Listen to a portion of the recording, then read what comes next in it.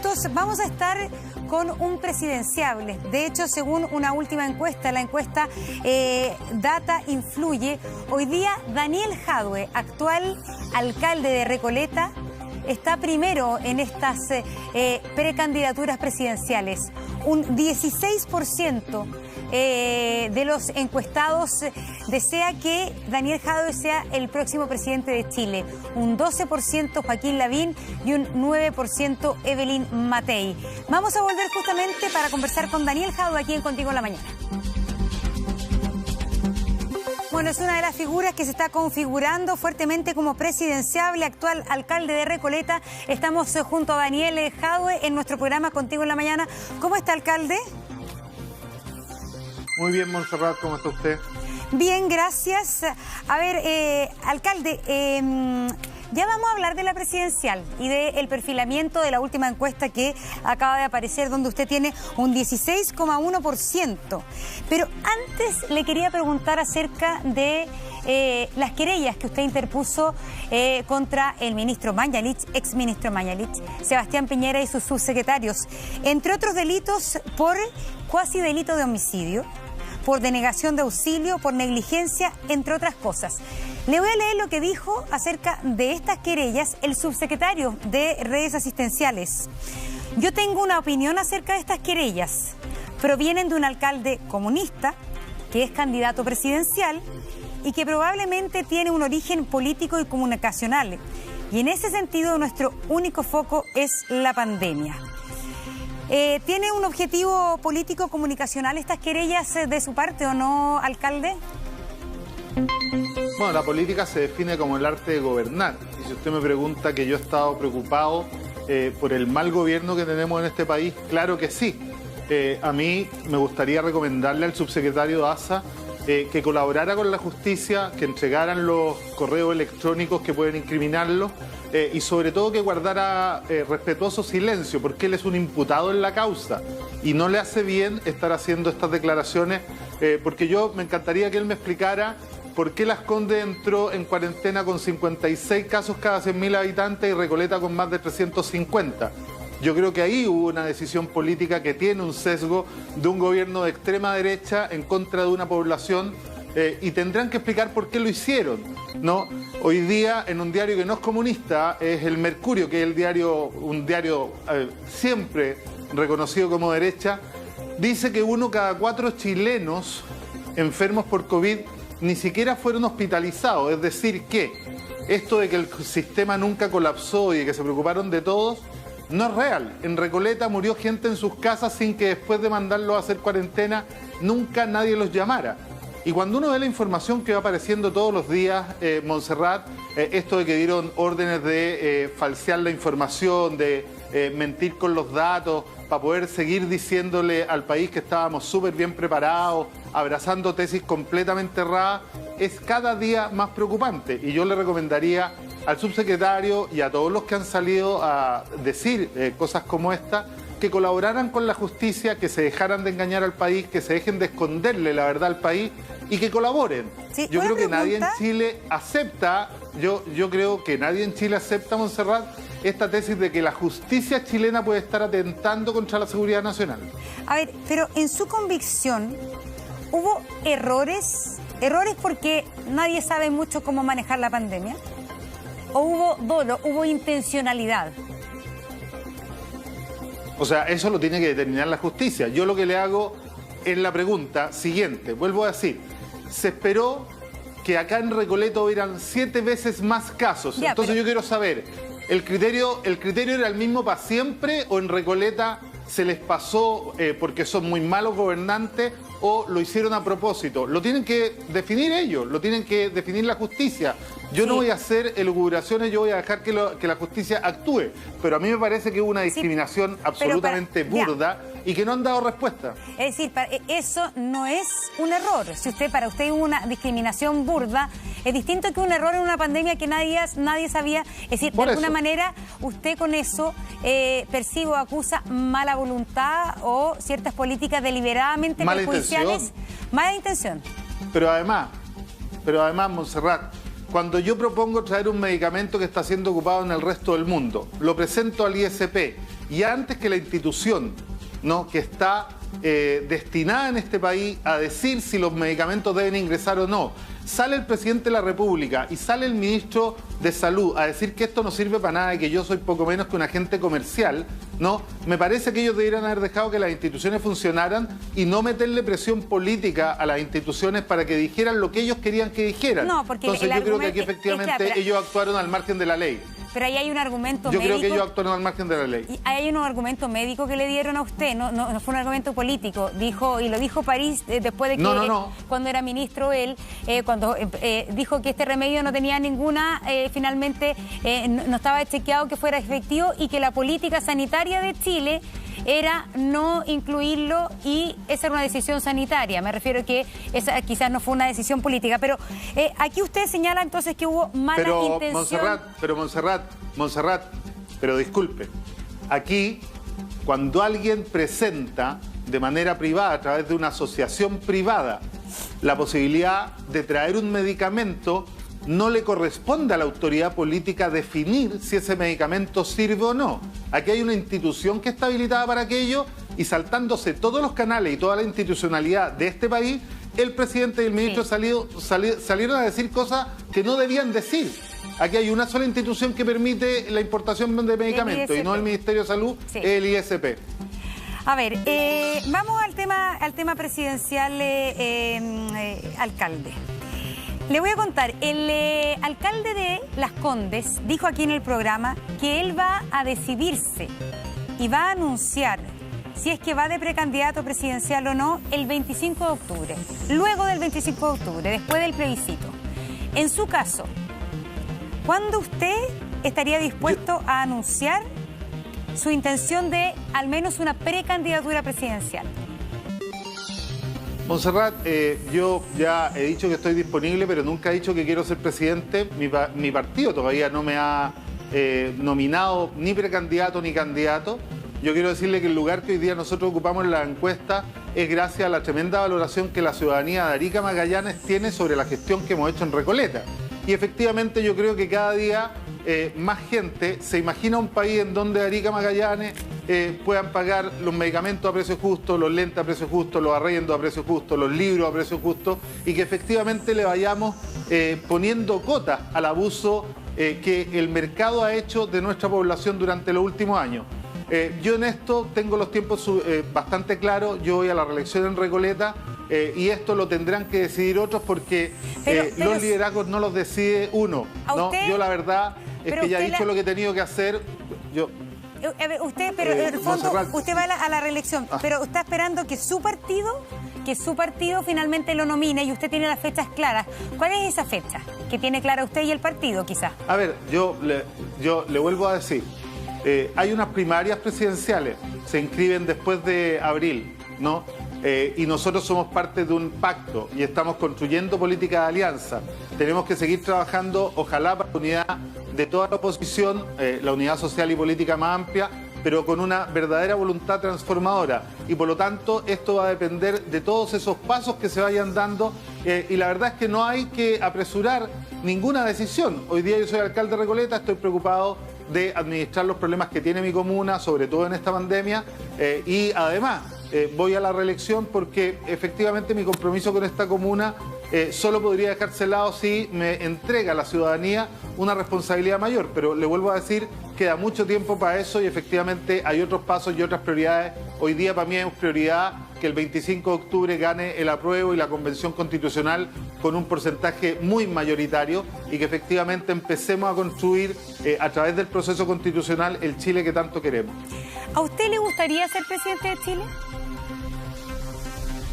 Es algo que no me he planteado jamás, la verdad. He empezado a planteármelo en el último tiempo porque la ciudadanía nos ha instalado como proyecto en las encuestas, pero es algo que todavía no resuelvo. Nunca ha estado ni en mis sueños, ni ha sido un interés particular. Si usted le pregunta a mi familia, siempre quise ser alcalde de Recoleta, me siento tremendamente feliz en este cargo por todo lo que hemos hecho, muy orgulloso de la respuesta de la ciudadanía y muy feliz del impacto que hemos generado.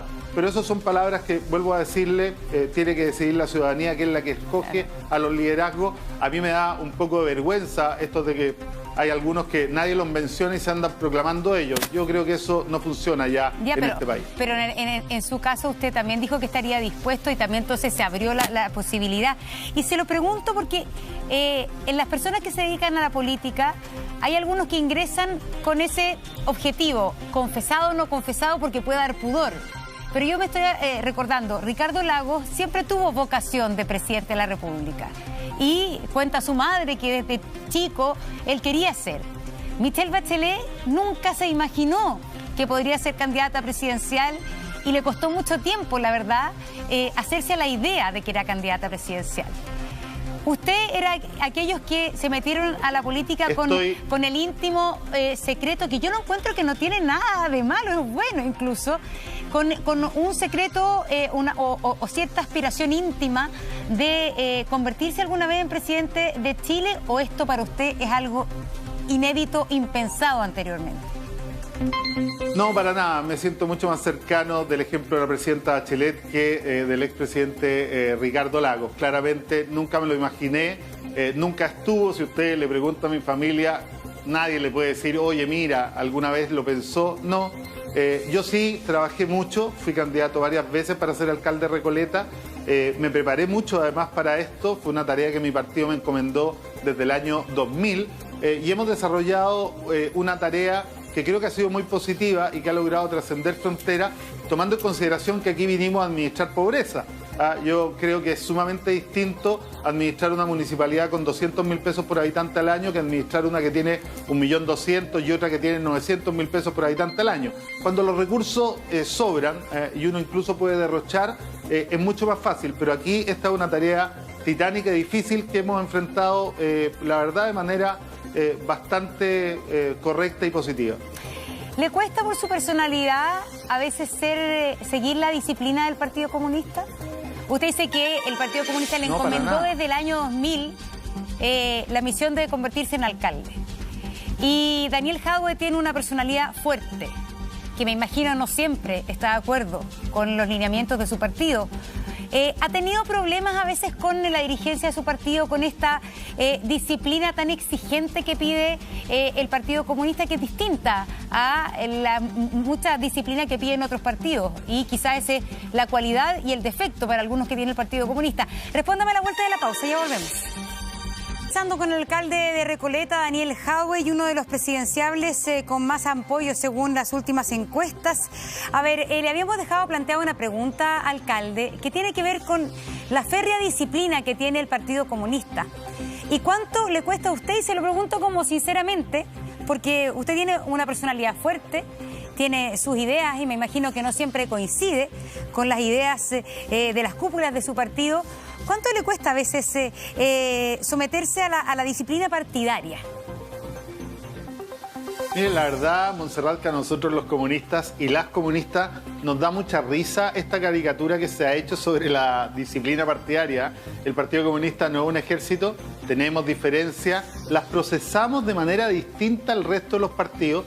Nosotros tenemos dos máximas y uno entra voluntariamente a militar el partido y se queda siempre y cuando se sienta cómodo en él, ¿no? Y nuestras máximas son completa libertad en la discusión, completa unidad en la acción, es decir, después de que la mayoría del colectivo de dirección, que son 80 compañeros y compañeras, toman una decisión, los 80 defendemos la tesis mayoritaria porque es lo que fortalece la posición de nuestro partido. Aquí nadie cree que tiene la verdad por sobre el resto y efectivamente somos muy prudentes a esperar que estas discusiones se den y que se tomen las decisiones para poder respetar una decisión que es voluntaria y que tiene una forma distinta de ejercer la democracia.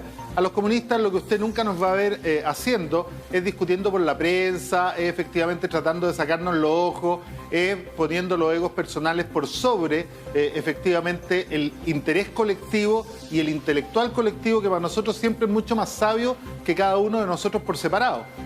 Así que yo esa caricatura, la verdad es que nos reímos mucho, contamos chistes a partir de aquello, pero no nos cuesta porque primero una decisión voluntaria y segundo porque la verdad que el partido no es un regimiento, no es un ejército. Tenemos nuestras diferencias, pero lo importante es que las procesamos de manera democrática al interior del partido sin que éstas se expresen en la sociedad, porque además hay un tema de ser muy respetuoso de los 80 compañeros y compañeras de todo el partido. Por ejemplo, los medios de comunicación no invitan a los 80 miembros del partido para poder dar la discusión en igualdad de condiciones y con toda la misma oportunidad de ofrecerle su visión al resto de los compañeros, entonces al resto de la sociedad. Por lo mismo, primero damos la discusión adentro, nos ponemos de acuerdo y después salimos efectivamente con la posición única, que además, le quiero contar, es lo que hacen la mayoría de los partidos con menos suerte, digamos, les funciona menos. Pero los comunistas y las comunistas contamos chistes, nos reímos de nosotros mismos y efectivamente lo pasamos muy bien riéndonos de cómo el resto de la sociedad nos mira. No, a ver, usted acaba de decir una forma distinta de ejercer la democracia, en la frase que usted acaba de señalar respecto al Partido Comunista. Pero la democracia ha sido entendida por muchos regímenes comunistas como una democracia de partido único. Y en ese sentido... No, nunca hemos estado en esa tesis. El Partido Comunista nunca ha sido partidario de esa tesis en Chile. El Partido Comunista en Chile nunca ha sido finalmente entonces un partido que ha suscrito las supuestas democracias de otros regímenes comunistas de partido único. Nosotros nunca hemos propuesto que en Chile haya un sistema de partido único porque no creemos en él. Mire, yo me refería a esto. Voy a darle un ejemplo concreto. En el último Congreso Ideológico de la Democracia Cristiana, en el punto 131 de su documento final, ¿no? Se establece que la democracia cristiana se la va a jugar por un parlamento unicameral. Sin embargo, nosotros hemos visto incluso dirigentes altos de la democracia cristiana tratando de lograr acuerdos para disminuir los diputados en 2 cámaras, ¿no? Cosa que va en contra de los acuerdos de su Congreso Ideológico. A nosotros nos parece que lo más democrático es que cuando dentro de un conglomerado en donde uno está de manera absolutamente voluntaria se toma una decisión, uno tiene que respetar esa decisión, ¿no? Y no puede sobreponer su intención o su interés personal o su posición personal sobre la decisión del colectivo en donde uno voluntariamente ha decidido participar. A eso nos referimos como una forma distinta de procesar la democracia. Nosotros, por ejemplo, coincidimos en algo. Si yo fuera de un partido que hubiera decidido institucionalmente votar por el rechazo y defino votar por el apruebo, efectivamente no nos parece que uno deba permanecer en un espacio en donde todo el partido institucionalmente va en una dirección contraria. Nos parece que eso es un poco jugar con las expectativas de la gente. Un partido de extrema derecha, ¿no?, que acepte militantes socialdemócratas, nos parece no muy transparente. Pero digamos, veamos otro ejemplo. ¿no? Yo creo que el tema de Venezuela, por ejemplo, es algo donde uno percibe que hay diferencia al interior del Partido Comunista. De hecho, usted ha sido distinto respecto a la evaluación de Venezuela en relación a los derechos humanos de lo que es Telier, dirigente de su partido. En ese sentido... No, Monserrat, el partido tiene una posición... Monserrat, yo le pediría, por favor... Mire, yo no sé desde cuándo Venezuela se convirtió en el evento central de la política chilena, que es un interés... Pero déjeme... A ver, yo le pregunto a usted, ¿por qué no es importante para Chile los 170 periodistas... No, para que no peleemos. Espérese, escúcheme, Monserrat, yo le pido, por favor... ¿Usted tiene diferencias con Telier respecto al tema de los derechos humanos en Venezuela? No hay diferencia. No hay diferencia. De hecho, el Partido Comunista de Chile en su declaración dice que abraza la universalidad de los derechos humanos y que condena cualquier violación de los derechos humanos en cualquier parte del mundo. El tema es que nos molesta la predicción ideológica que algunos tienen por algunos lugares. A mí, por ejemplo, me llamó mucho la atención que este gobierno, que dice que defiende los derechos humanos en Venezuela, haya votado en contra de la prolongación del mandato de la oficina de la Alta Comisionada de los Derechos Humanos en Venezuela. Es algo que no logramos comprender, que no han salido a explicar por qué, ¿no? O sea, aquí este país votó en Naciones Unidas, en el Consejo de Derechos Humanos, déjeme... Pero yo quiero saber, es que me está contestando con respecto a lo que piensa este gobierno. Yo quiero saber lo que usted piensa respecto a Venezuela y ahí va mi primera pregunta. O sea, Más yo allá, mire, ya lo he dicho, hay una columna mía, Sí. Montserrat, yo sé que a usted le interesa de sobremanera solo lo que pasa en Venezuela. No. Hay una columna No, mía en ¿sabe qué? Cooperativa, Es que- ahí está toda mi opinión. No, quiero yo que me la verdad es no que le toda la pediría... gente, mire, no toda la gente lee las Montserrat, columnas. Montserrat, ¿Usted considera bueno, que en yo Venezuela lo se invito- violan los derechos humanos o no? ¿Sí o no? Mire, incluso el gobierno de Venezuela lo ha reconocido y por eso ha hecho un acuerdo con la alta comisionada para superar esa realidad, ¿no? Y están trabajando hace 2 años y ahora trabajan de nuevo en un nuevo mandato. A mí me encantaría, por ejemplo, le voy a hacer un comentario, ¿ah? En Venezuela hay más de 900 agentes del Estado imputados por violación a los derechos humanos. En Chile, mire cuánto hay, menos del 1% de todas las violaciones a los derechos humanos de todo el mundo. Entonces, yo a usted, Montserrat, que tanto le interesan los derechos humanos en Venezuela, le pediría, por favor, que pusiera énfasis en los derechos humanos aquí. Se siguen violando. Tiraron a un niño al río Mapocho y todavía este gobierno no ha sido capaz de querellarse. Entonces, yo efectivamente entiendo que para la gente de extrema derecha quieran poner el foco, pero no lo ponen ni en México, donde murieron 170 colegas periodistas de usted y este país no ha dicho nada. En México murieron 150 candidatos en las últimas elecciones presidenciales, este país no dijo nada. En Colombia Sí, igual, han muerto más de 100 dirigentes sociales. Espérese. Es que no, y porque no hay me acaba de ninguna decir algo. No me condena. impute, Entonces, alcalde, no me impute a mí que no me preocupan los derechos humanos acá No. en Chile, porque resulta que estamos a viernes y llevamos yo en hablé de la gente de extrema derecha. Yo no sé si usted, me yo dijo, no sé si usted se considera ahí. Me acaba No, de no. decir, no, sus palabras son, Mire, no sé si a usted Montserrat. le importan tanto los derechos humanos, le quiero decir que sí. Bien. Gracias por habérmelo preguntado finalmente, porque me está a mí imputando que no me preocupan tanto los derechos humanos en Chile como en Venezuela. Yo le estoy preguntando una pregunta que es política y que es de definiciones, finalmente. ¿Qué le pasa a usted cuando le Sí, dicen... claro. ¿Qué le pasa a usted cuando le dicen que este eslogan que usa la derecha de que Chile podría convertirse en Chilezuela? ¿Qué piensa cuando la gente habla de Chilezuela? Mire, que los mismos que lo dicen llevaron a este país al desastre más grande de los últimos 30 años. Y que si Chilezuela es un concepto que a alguien le hace sentido, la derecha convirtió a Chile en Chilezuela y nosotros no hemos gobernado. Mire qué raro, ¿no? Por lo tanto, aquí toda la pobreza que hay, todo el malestar social, toda la indignación, todas las pensiones miserables, las faltas del sistema de salud, las faltas del sistema de educación, toda la pobreza y la indigencia que están en los barrios populares, en donde este gobierno no ha hecho nada para superarla. Mire qué raro, nosotros con los comunistas no hemos gobernado en este país, así que yo no sé si nosotros seremos capaces de hacerlo peor que todo ello. Muy por el contrario, ¿qué piensan hoy día en Recoleta? Aquí se pagan precios justos por los medicamentos, no pasa en el resto del país. Aquí se paga precios justos por los lentes, por los libros, no pasa en el resto del país. Si a alguien esa caricatura le hace sentido, es porque sencillamente para algunos quieren detener los cambios que la mayoría de Chile quiere. ¿No? ¿Sabe qué? A mí me sorprende que todavía no entiendan que esta caricatura parece que no les está funcionando. Porque efectivamente los que lo dicen tienen a este país en el suelo. El peor gobierno de la historia. Un gobierno que además obstruye la justicia, se niega a colaborar, está encubriendo posibles delitos graves, ¿no? Y efectivamente ellos se dan el lujo de caricaturizar con otros países. Yo soy más respetuoso, efectivamente, de todos los países, pero por sobre todo soy partidario de un tema esencial en el derecho internacional, la no intervención en asuntos de otros países, ¿no? Y efectivamente hemos tenido un gobierno que está mucho más preocupado de lo que pasa en Hong Kong y en Venezuela que de lo que pasa bajo sus propias narices aquí en Plaza Italia. No hay una querella por violación a los derechos humanos de este país. Si en Argentina hubiese una dictadura de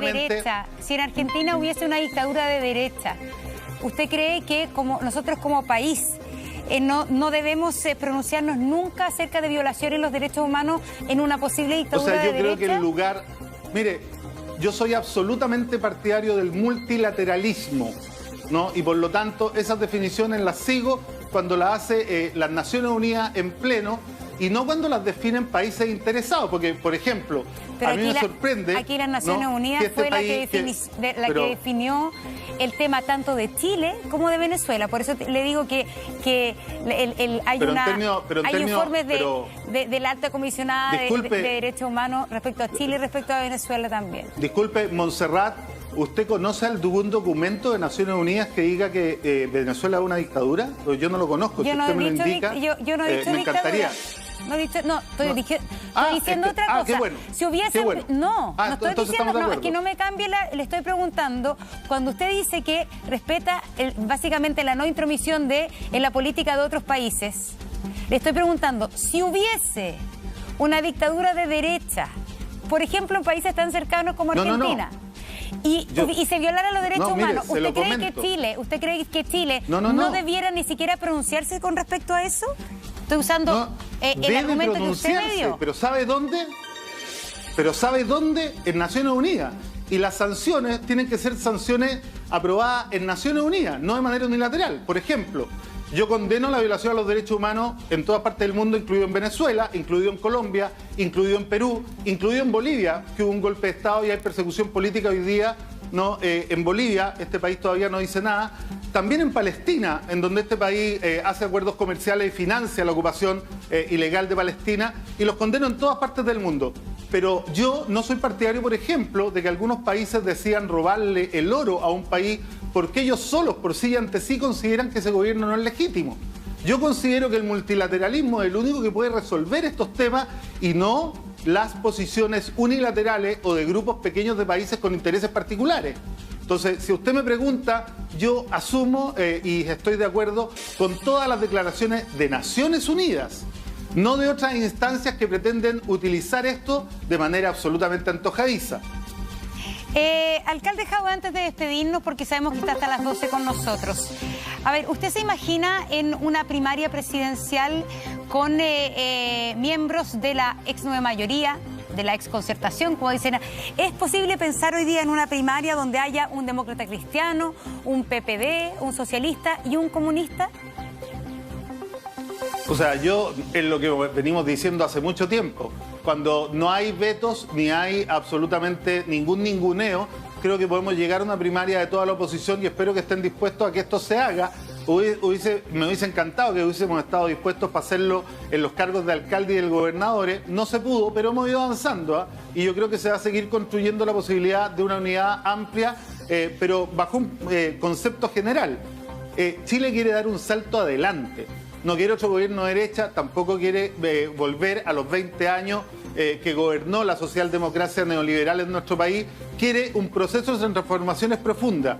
Todos los que coincidan con eso debiéramos converger en una primaria lo más amplia posible y dejar que la ciudadanía se manifieste. ¿Y no sería más sano que finalmente el Partido Comunista, o más honesto, sincerar posiciones, que el Partido Comunista con el Frente Amplio y las fuerzas más de izquierda fueran juntas a esta primaria y que se armara de alguna manera los famosos 3/3 que han sido tan históricos en Chile? Yo creo que hoy día esa tesis, que puede ser válida, no es la que demanda la ciudadanía. La ciudadanía está demandando unidad y haremos todos los esfuerzos para lograr esa unidad, pero para transformar Chile, no para mantener el status quo, no para volver atrás, sino que para volver adelante. Y yo creo que esto de catalogar de más transparente, más honesto, son conceptos que yo no me atrevería a aplicar, porque yo creo que todos en política tratamos de actuar con absoluta honestidad y transparencia. Sí, pero es que es más honesto respecto a la consecuencia, respecto a las propias ideologías.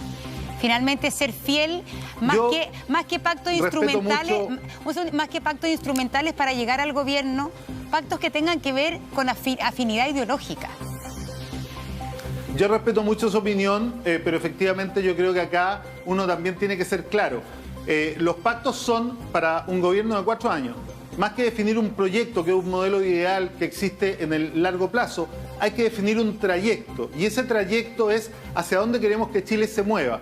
Y Chile queremos que se mueva hacia un sistema sin abuso, que asegure derechos sociales esenciales, que asegure una vida digna para todos y todas, que sea capaz de establecer un sistema de protección social en donde no existan ni pensiones miserables, ni exista esta asimetría en recursos, por ejemplo, en los municipios, que termina siendo vergonzosa. Y yo creo que en esas cosas nos podemos poner de acuerdo perfectamente para un programa de 4 años, más allá de si estemos de acuerdo de si hay vida o no hay vida después de la muerte, digamos. Yo creo que hay cosas que son relevantes y nunca hay que olvidar que los periodos presidenciales son de 4 años en nuestro país y por lo tanto el programa debe ser mirado en ese tiempo acotado. Alcalde Jadwe, gracias por haber estado conversando con nosotros. Buenas tardes.